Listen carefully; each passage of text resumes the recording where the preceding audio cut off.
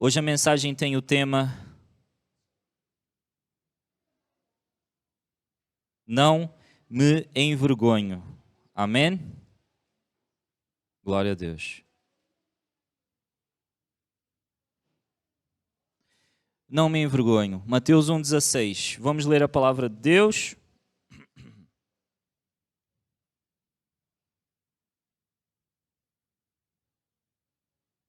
Desculpem, não é Mateus, irmãos, é Romanos. Peço desculpa. Fui para o lugar errado.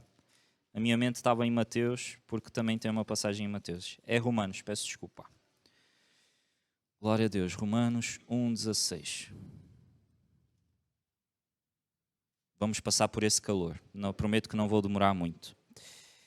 Não me envergonho do Evangelho, porque é o poder de Deus para a salvação de todo aquele que crê, primeiro do judeu, depois do grego, porque no Evangelho é revelada a justiça de Deus. Uma justiça que do princípio ao fim é pela fé, como está escrito, o justo viverá pela fé. Aleluia! Não me envergonho do Evangelho. Diz isso comigo. Eu não me envergonho do Evangelho. Aleluia! Glória a Deus. Obrigado, Pai, pela Tua palavra. Fala ao nosso coração. Tira todo o coração duro, resistente e toda a distração da nossa vida. Que nós possamos focar na Tua palavra e sermos mudados por ela. Em nome de Jesus. Amém. 2 versículos. 2. Hoje é só 2. Eu costumo ler 10, 12. Não, no final a gente vai ler mais. Hoje são só 2. Mas esses 2 resumem, encapsulam todo o tema desse livro de Romanos. Amém? O Romanos é todo baseado nesses 2 versículos. O Evangelho, Paulo apresenta então o Evangelho, a forma como ele não se envergonha do Evangelho, e ele depois vai explicar o porquê que ele não se envergonha deste Evangelho maravilhoso de Jesus Cristo. Amém? Então, todo o livro de Romanos é baseado e é a explicação e é o detalhamento dessas 2 hipóteses aqui que ele levanta. E nós vamos falar um pouquinho, porque tem a ver com esse tema de batismo, não é? Muitos de nós, e pegando no que eu estava a dizer, muitos de nós temos vergonha de algo que nem sequer vamos passar, não é? Nós temos medo de uma coisa e estamos a limitar o agir de Deus na nossa vida e na vida do nosso próximo, quando nós próprios não entendemos que aquilo que o inimigo coloca na nossa mente muitas vezes são coisas para nos fazer desistir, não é? E muitas vezes há uma receptividade muito grande da parte das pessoas para ouvir a palavra de Deus, mas nós não queremos falar porque nós achamos que vamos ser ridicularizados, que vamos ser zombados, que vamos ser tidos como loucos, não é? E de facto isso pode acontecer, é normal isso acontecer e também temos que estar preparados para isso, amém? Mas nem sempre as pessoas vão estar resistentes à palavra de Deus. Muitas vezes vamos encontrar pessoas que até precisam de ouvir a palavra de Deus, precisam de ouvir uma palavra de amor, uma palavra de compaixão da nossa parte, e muitas vezes nós, por acharmos que ela não quer ouvir, nós não falamos, a nossa boca se fecha, mas o Senhor hoje quer nos dar a certeza de que aquilo que nós temos é bom e deve ser partilhado. Amém? Se eu sei que eu tenho algo bom e eu sei que o mundo precisa daquilo que eu tenho, qual é o motivo que eu tenho para fechar aquilo dentro de mim? Qual é o motivo que eu tenho para que a minha boca se feche, se cale e eu não partilho aquilo que eu tenho de tão bom na minha vida? Amém? O Evangelho não é como o dinheiro, irmãos. O dinheiro a gente quer esconder, quer guardar, quer dizer no banco, a gente não gosta de dizer quanto ganhamos, a gente não gosta de dizer quanto é que temos no banco, e tudo bem. Mas o Evangelho não é assim. O Evangelho ele não se multiplica quando ele é guardado, quando ele é fechado a 7 chaves. Ele não existiria hoje se os discípulos tivessem simplesmente ficado com aquela mensagem para si, tivessem se reunido entre eles e não tivessem falado sobre essas boas notícias que o Senhor lhes passou. Então, a beleza do Evangelho também está em nós podermos partilhá-lo e dizer, olha, eu tenho algo maravilhoso que chegou até mim, que transformou a minha vida, que me fez um novo homem e uma nova mulher, e eu sei que isto também serve para toda a humanidade. E eu sei que qualquer pessoa, independente da sua raça, da sua cor, da sua cultura, do seu país e do seu passado, todos podem se beneficiar e ser transformados por essa mesma mensagem. Então o meu dever e o meu prazer é poder partilhá-la com o mundo. E isso nós fazemos de várias maneiras. Nós fazemos através do batismo, nós fazemos através de uma pregação pública, mas a forma mais especial de a fazer é no dia a dia. É com os nossos amigos, com a nossa família, com pessoas que nós amamos, que nos preocupamos, que queremos o bem delas. Jesus está em pequenos momentos do nosso dia a dia. E é aí que nós não nos podemos calar. Amém, irmãos? No jantar de família, no almoço de domingo, na saída com os amigos, para tomar um café, no dia a dia de família, no trabalho. Todos esses momentos são momentos para que o Evangelho seja conhecido e para que o mundo ouça falar do nosso Senhor Jesus. Amém? Se eu não partilho, significa que eu não acho que aquilo é muito importante para os outros. Eu se calhar acho importante para mim, mas o medo que eu tenho de ser zombado, ridicularizado é maior do que o amor que eu tenho pelas pessoas. E o Senhor quer nos transformar hoje. Quer nos dar um amor maior pelas pessoas do que o nosso medo da opinião das pessoas. Amém? Aleluia. Paulo, então, diz o seguinte: eu não me envergonho do Evangelho. Só isso aqui já é pregação, vou-me embora. Eu não me envergonho do Evangelho. Ele conclui aqui algo muito especial que ele estava a fazer na introdução à carta. Se vocês veem, é o capítulo 1. Então, Paulo ainda está a fazer uma introdução. Ele ainda está a falar aos irmãos de Roma. Roma, cidade, vocês sabem o que é Roma. Roma, a cidade de Roma, dava o nome ao Império de Roma. Então, algo gigantesco, grandioso, que durou durante séculos, dominou o mundo conhecido até então, e a sua capital, Roma, era a cidade mais poderosa. Era a capital. Então, não era só a capital política administrativa, também era a capital religiosa. E os romanos eram um povo pagão. Eles tinham, nós chamamos o panteão romano. Eles tinham deuses atrás de deuses, atrás de deuses. E o cidadão romano era obrigado a fazer os rituais a esses deuses. Ele podia até não acreditar.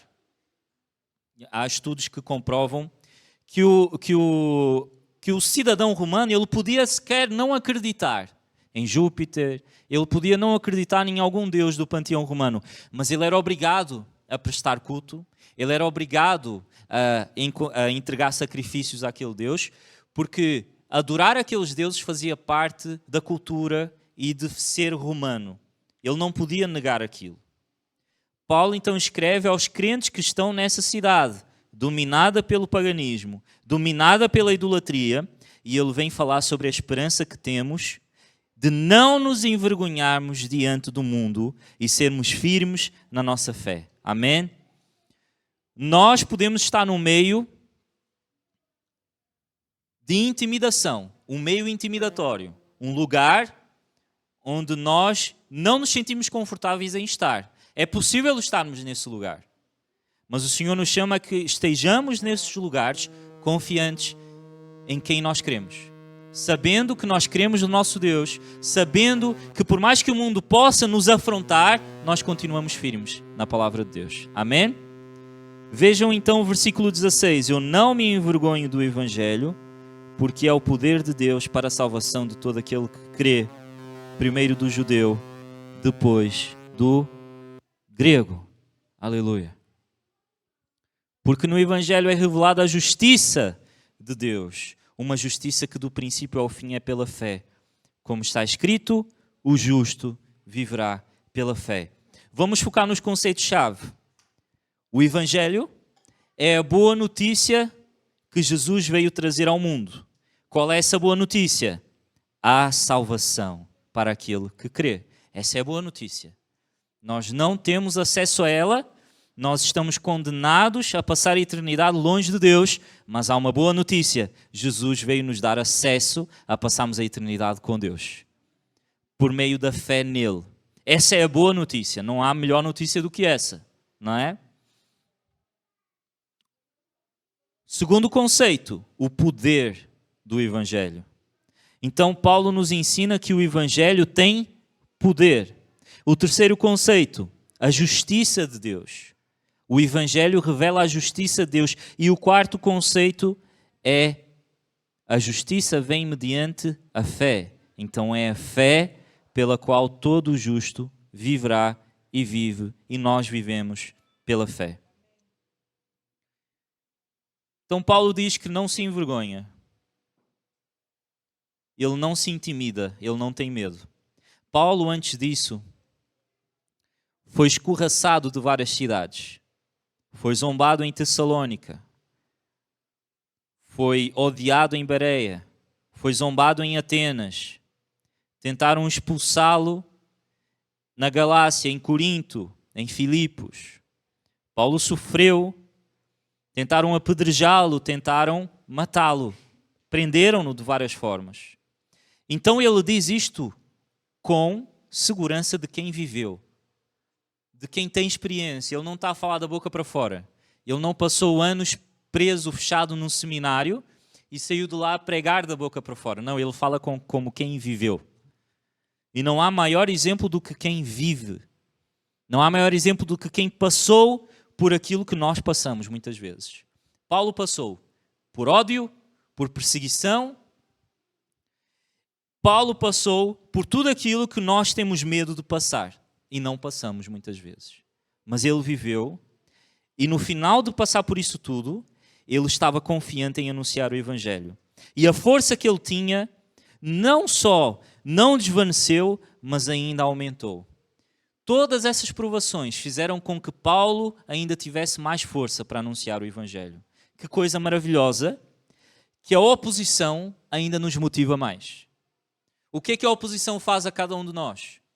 O que é que pessoas contra nós faz a cada um de nós? Talvez nos deitem abaixo, talvez nos deem desmotivação, talvez nos deixem triste, talvez nos façam querer desistir e desaparecer de todo o lugar. Mas Paulo não, Paulo ficou firme. Ele ainda ganhou mais forças, sabendo que ele estava no bom caminho. Porque a mente dele era assim: se eu sofro por pregar o Evangelho, significa que eu estou no bom caminho, porque o meu Senhor sofreu quando veio ao mundo. O meu Senhor sofreu quando falou da palavra de Deus. O meu Senhor sofreu quando veio anunciar as boas notícias.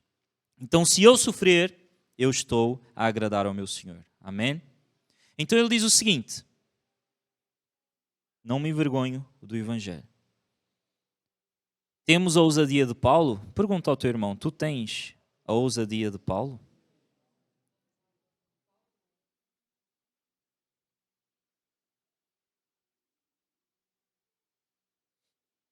Nós somos limitados muitas vezes por contextos que estão à nossa volta. Contextos que nos foram passados pela cultura, pela educação, que nós não podemos falar com certas pessoas em certas situações, em certas circunstâncias. Que não é certo, que os outros vão olhar para nós de lado.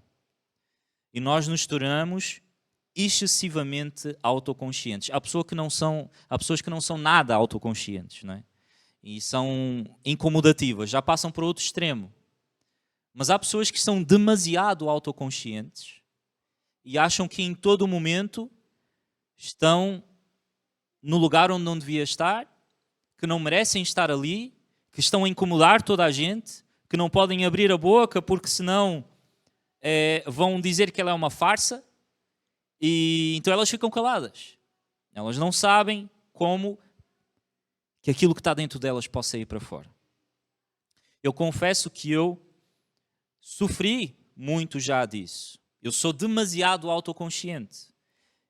Então, muitas vezes tive que deixar o Espírito Santo quebrar o meu orgulho, porque isso na verdade é orgulho, irmãos. Quebrar o meu orgulho e dizer: não, amigo, isto não é sobre ti. Não é sobre tu seres querido, amado, bem visto, mal visto. Isto é sobre mim, é sobre a minha palavra, é sobre o meu Evangelho. Tu és secundário, aprende isso, vive dessa maneira. E quando eu entendo que não é sobre mim, é sobre o Evangelho, eu começo a viver de uma forma confiante em Deus. Amém? Porque muitas vezes não temos a ousadia que Paulo tinha, porque nós pensamos nas consequências para nós e como é que nós vamos ficar perante aquelas pessoas. Bem, se eu falar de Cristo para o meu trabalho, vai ser complicado porque é um caminho sem volta, não é?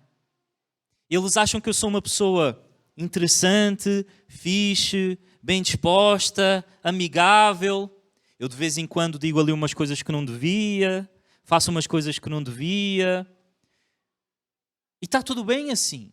Eles me convidam para sair, eles conversam comigo sobre coisas que eles gostam. Eu não quero queimar isso e começar a falar de Jesus. Se eu começar a falar que eu conheço a Deus, que sou crente, que vou à igreja, que falo de Jesus, eles com certeza vão olhar para mim e vão me deixar de lado, vão dizer que eu sou maluco, que eu sirvo a uma coisa que não existe, que vão deixar de confiar em mim. Às vezes até vão apontar o dedo para mim e vão dizer: olha, mas tu não andavas aqui a fazer asneira e estás a dizer que és crente agora? Como é que é isso? Isso é muito sobre nós. É muito a nossa mente a funcionar para as consequências para a nossa vida. Paulo não pensava assim. Paulo não queria saber qual era a opinião que as pessoas iam ficar dele. Ele não queria saber se as pessoas achavam que ele era incomodativo, que ele era bom, que ele era mau, que ele era bonito, que ele era feio, que ele era querido. Ele não queria que as pessoas o convidassem para o jantar em casa no sábado à noite. Ele não queria que as pessoas o convidassem para ir ao cinema um dia. Ele não queria saber disso.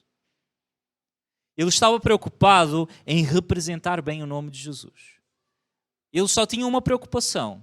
Quando eu abrir a minha boca, o que vai sair é o Paulo, o Saulo ou é Jesus Cristo? Da minha boca saem as palavras de Saulo ou saem as palavras do meu Senhor Jesus?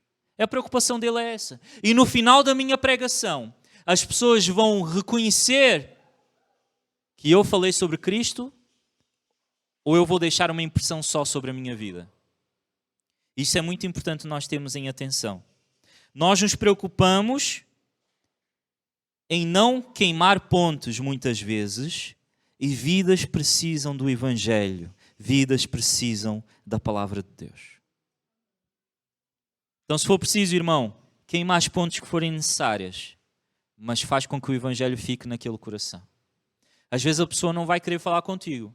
Ela vai querer virar-te as costas. Ela vai deixar de te mandar mensagens. Ela vai deixar de te convidar para certas coisas. Não sei, pode acontecer. Prepara o teu coração para isso. Mas algo vai ficar dentro dela. Ela vai te achar um chato. Mas quando ela tiver um momento difícil da vida, ela vai se lembrar do que aconteceu. Do que tu falaste.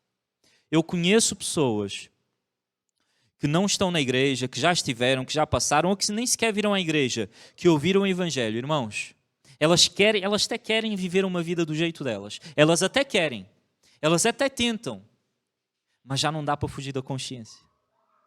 Não dá. Não é assim, eu quero aproveitar a vida. Eu quero viver do jeito que eu gosto. Eu quero aproveitar. Mas pá, eu sei o que é certo. E por mais que eu tente negar, por mais que eu tente virar as costas, algo dentro de mim incomoda. Eu não sou feliz desta forma.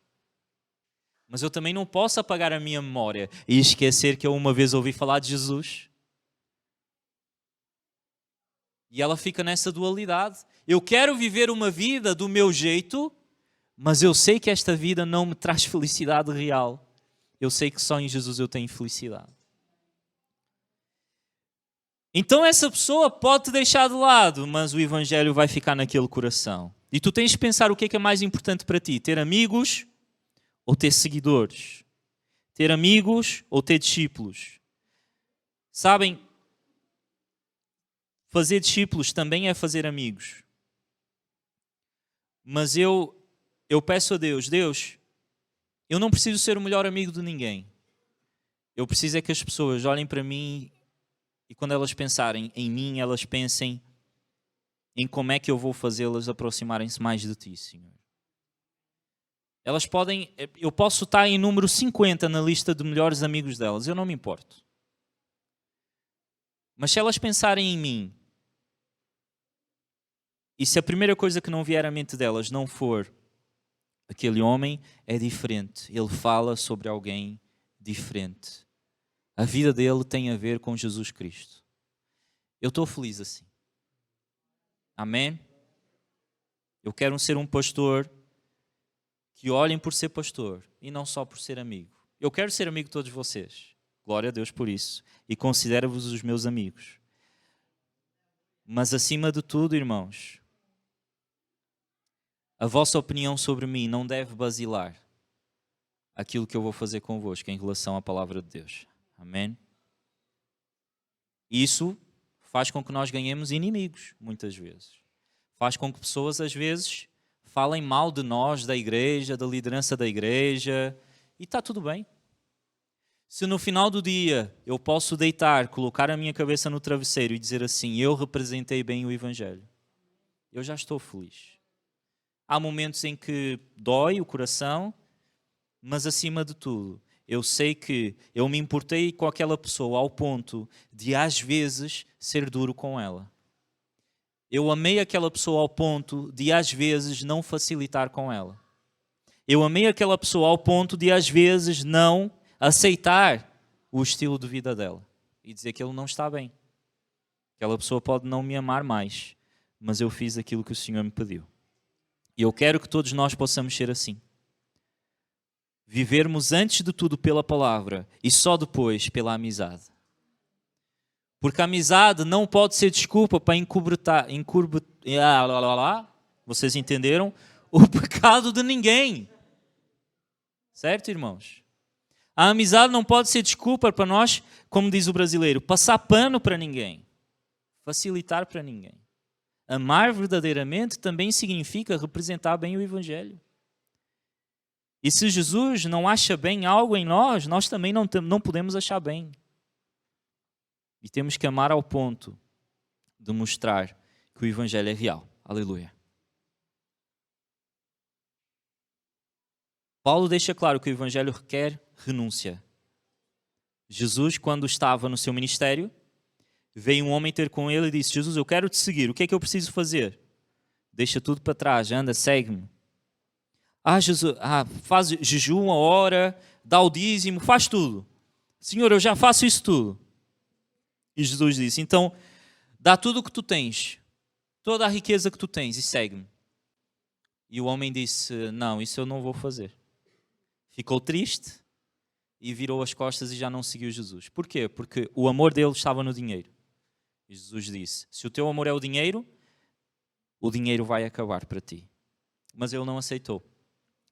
Houve outro homem que veio ter com Jesus e disse, Jesus, eu quero te seguir, deixa-me só enterrar o meu pai. E depois eu vou atrás de ti. Espera por mim. Jesus é um pouco duro e diz o seguinte, deixa os mortos tratarem dos mortos. Se tu vens me seguir, tu tens que vir agora. É duro. Mas o que é que nos ensina isso? Ensina-nos que seguir Jesus requer renúncia. E nós não podemos pregar uma mensagem que viver pelo Evangelho é viver pelo Evangelho com o Evangelho e com todas as outras coisas que nós queremos viver. Não pode ser. Se a palavra de Deus nos ensina que seguir a Cristo requer renúncia, significa que renunciar a alguma coisa vai doer e vai ser difícil e vai ser duro para nós, mas é o necessário para a glória de Deus. Nós queremos viver para a glória de Deus, irmãos? Sim ou não? Então temos que renunciar coisas que não são para a glória de Deus. Mas eu não quero renunciar, então tu não queres viver para a glória de Deus. Ou tem algum meio termo? Tem algum meio termo aqui? Não. É claro, é preto no branco, é muito claro. Algumas coisas vão ser difíceis de deixar, nós vamos deixá-las e apanhá-las outra vez. A gente vai começar a deixar fardos pelo caminho para seguir Jesus e depois à frente vamos apanhar outros fardos e vamos levar coisas desnecessárias. Mas a nossa vontade de as querer deixar para trás não pode ser submetida à nossa vontade de querer ficar com elas. O crente peca, o crente erra, o crente faz coisas que não devia, mas o crente não quer mais errar, não quer mais pecar e ele tem aversão ao pecado. Ele odeia o pecado. Ele não tem prazer, ele não ama o pecado. Se o crente ama o pecado, ele precisa de rever o seu cristianismo. Porque Jesus deixa claro, se vocês querem me seguir, vocês têm que renunciar. Então Paulo ensinou isso. Ele sabia que o Evangelho requeria renúncia. Amém? Então ele diz que o Evangelho traz poder. O Evangelho é o poder de Deus para a salvação de todo aquele que crê. A palavra poder, Olha que palavra interessante. A palavra poder aqui do grego, no Novo Testamento, é dunamis. Sabem o que é a palavra dunamis? Depois veio se traduzir para o português. Dinamite.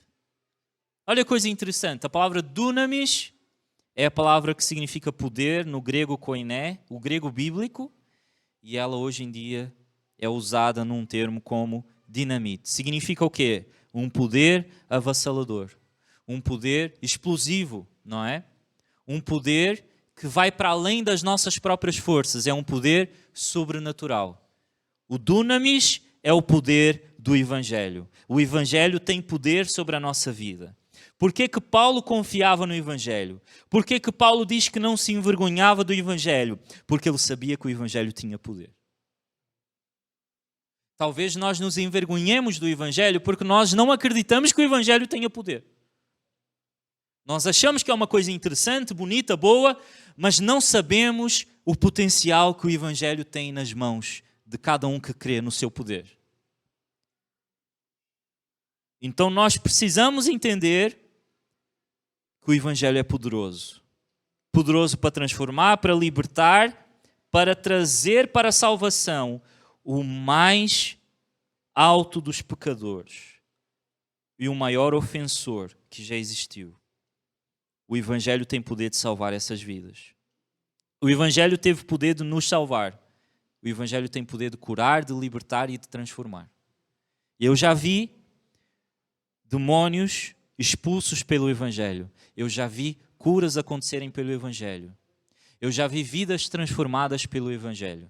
E eu quero continuar a ver ainda muito mais. Mas para eu continuar a ver, eu tenho que acreditar que esse poder ele não deixou de existir. Se eu não estou a ver mudança, é porque eu preciso que a minha fé seja trabalhada ainda mais. Porque o Evangelho não deixou de ter poder. Passaram-se 2000 anos, mas o poder ainda é o mesmo. O Espírito Santo ainda é o mesmo. Não interessa quanto tempo passe, se houver alguém disposto a se entregar, a renunciar pelo Evangelho, essa pessoa pode ver o poder de Deus na sua vida. Amém? Não nos precisamos envergonhar, porque sabemos que o que está em nós é maior do que aquilo que está no mundo. Que o que está em nós é poderoso para transformar, é poderoso para curar. Então não precisamos ter medo, não precisamos ter vergonha. Aleluia. E por isso temos que ter paixão pelo Evangelho. Mesmo quando temos oposição e quando somos ridicularizados. Muitos crentes se envergonham quando são pressionados, quando são hostilizados. Mas eu quero que nós sejamos uma igreja que possa se manter firme, mesmo quando é hostilizado. Aleluia. Nós precisamos ter fé. Diz ao teu irmão, a tua fé é importante. Temos que pensar no Evangelho como uma dinamite, mas a nossa fé, ela é o catalisador. Uma dinamite está parada, não é? Ela tem todo o potencial para transformar. Amém? Mas a nossa fé tem que ativá-la. A nossa fé tem que ativá-la. Nós podemos conhecer a palavra de uma ponta à outra. Podemos saber como é que Jesus veio, o que é que ele fez. Podemos conhecer a história da igreja de uma ponta à outra. Mas podemos ter o poder do Evangelho dentro de nós adormecido. Parado. Não temos paixão mais por ele. Quando falamos com alguém, a pessoa já não consegue ver que nós amamos aquilo que estamos a falar. Falta-nos fé, irmãos. Fé para crer que ele pode fazer algo novo. Há quantos anos foi a transformação na tua vida? Há 2, há 3, há 4, há 10, há 20? Será que o tempo passou e a tua fé diminuiu? Será que tu antes vivias pelo milagre de Deus e tu dizias que a tua vida era um milagre, mas hoje qualquer coisa má que aconteça, tu questionas o Senhor? Será que a tua vida deixou de ser um milagre? Antes tu oravas por cura. Tinhas irmãos na igreja doentes e tu oravas e o Senhor curava e transformava, e hoje tu não queres mais orar? Não buscas mais o Senhor? A doença batia à porta e tu confiavas em Deus que Ele ia curar. E hoje já não tens mais fé. O Senhor quer te renovar a tua fé, para que tu possas voltar a acreditar e o poder do Evangelho seja presente na tua vida. Eu quero que vocês abram, para nós finalizarmos, no livro de Atos, capítulo 6, em nome de Jesus.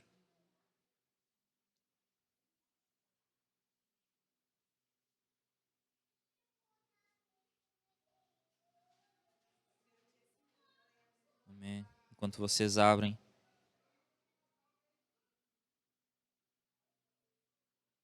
vão para o versículo 8, por favor. Atos 6, 8.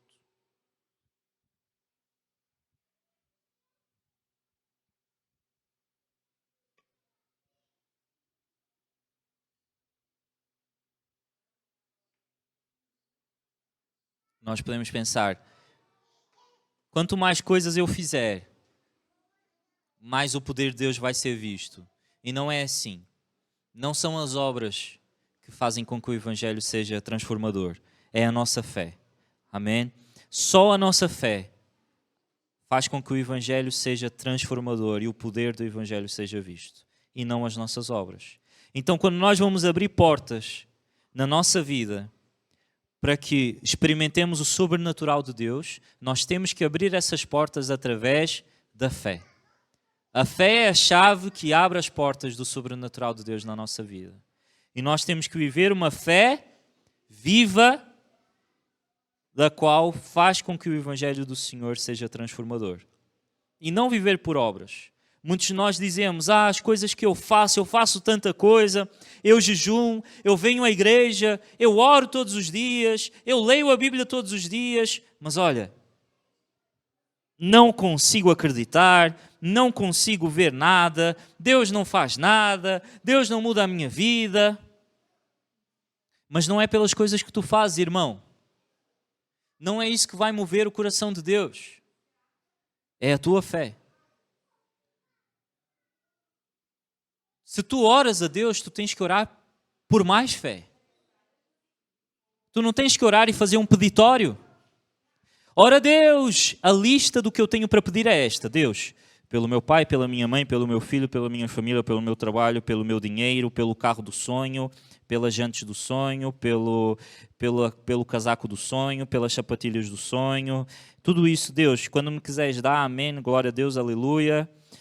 Quero mais dinheiro, quero um salário melhor e tal. Acabou? Opa, acabou. Amanhã tem mais. Vamos dormir. Não é? Vou à igreja. Por que é que tu vais à igreja? Porque, sei lá, vou, tenho que ir. É o meu dever. Eu vou. Não é? Já li a Bíblia toda. Já li tudo, do início ao fim, de cabo a rabo, sei tudo. O que é que tu queres? Romanos 1, 16? Não me envergonhe do Evangelho. Ok, ótimo. O Senhor olha para isso e diz, onde está a tua fé, filho? Tu não tens que exercer um evangelho que aparente ser vivo. Tu tens que exercer um evangelho que é vivo. Se por fora tu tens tudo, tu sabes tudo, tu fazes tudo, se tu és um irmão de igreja exemplar, glória a Deus pela tua vida. Mas o evangelho não se vai revelar na tua vida dessa maneira. Ele vai se revelar através de fé.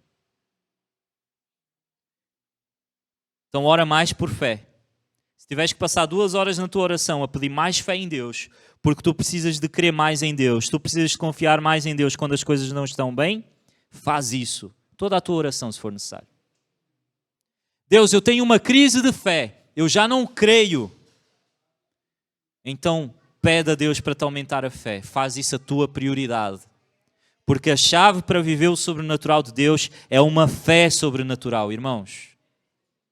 E nós temos que viver dessa forma. Atos 6:8.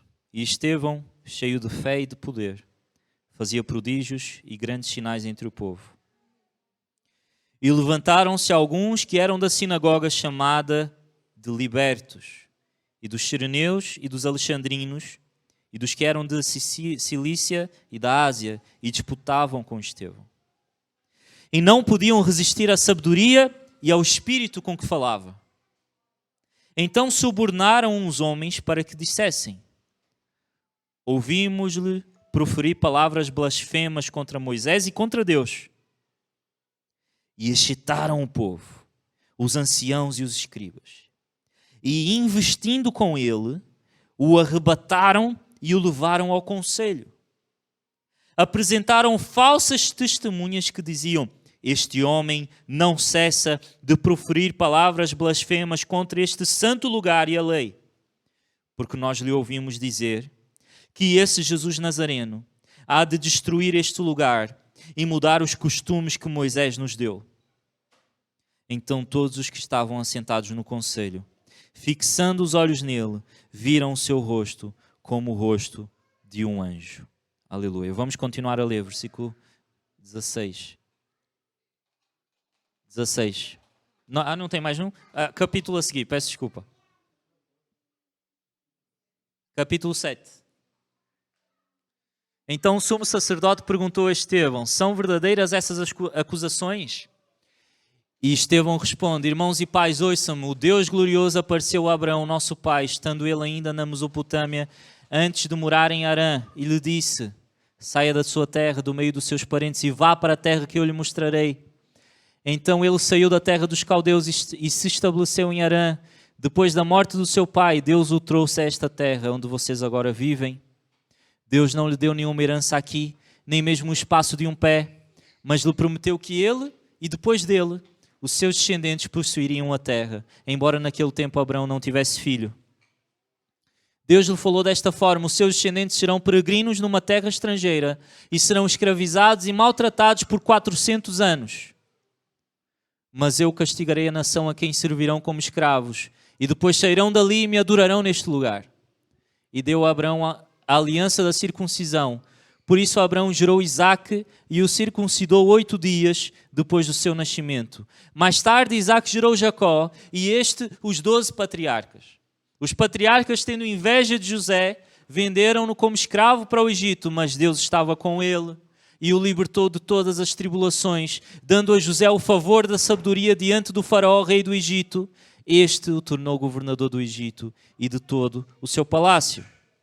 Depois houve fome em todo o Egito e em Canaã, trazendo consigo grande sofrimento, e os nossos antepassados não encontravam alimento.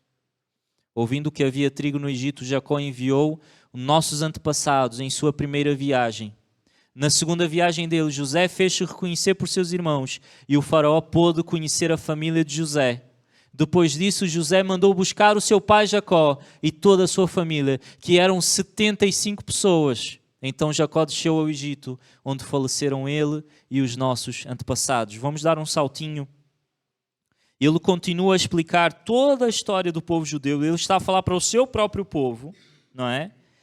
Então, ele vai e salta ali para o versículo 51. Povo rebelde, obstinado de coração e de ouvidos, vocês são iguais aos seus antepassados.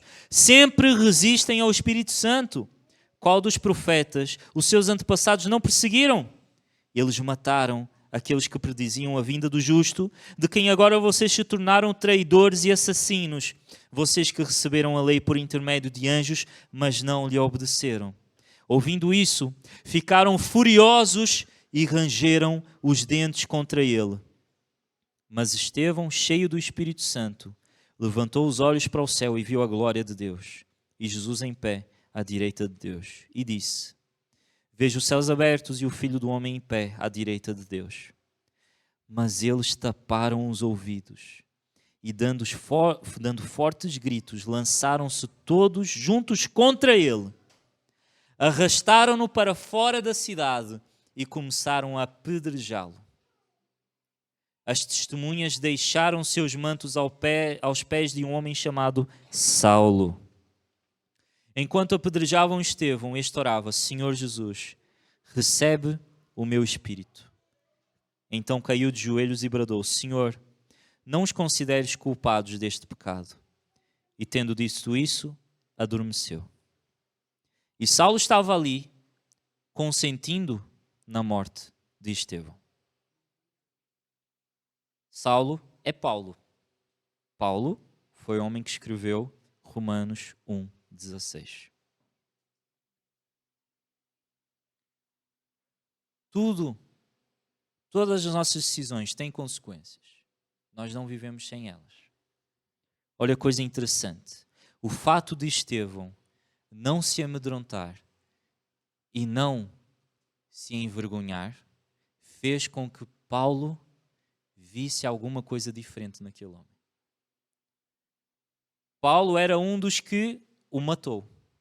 E anos depois, Paulo passou a ser perseguido, assim como Estevão foi, pelo Evangelho.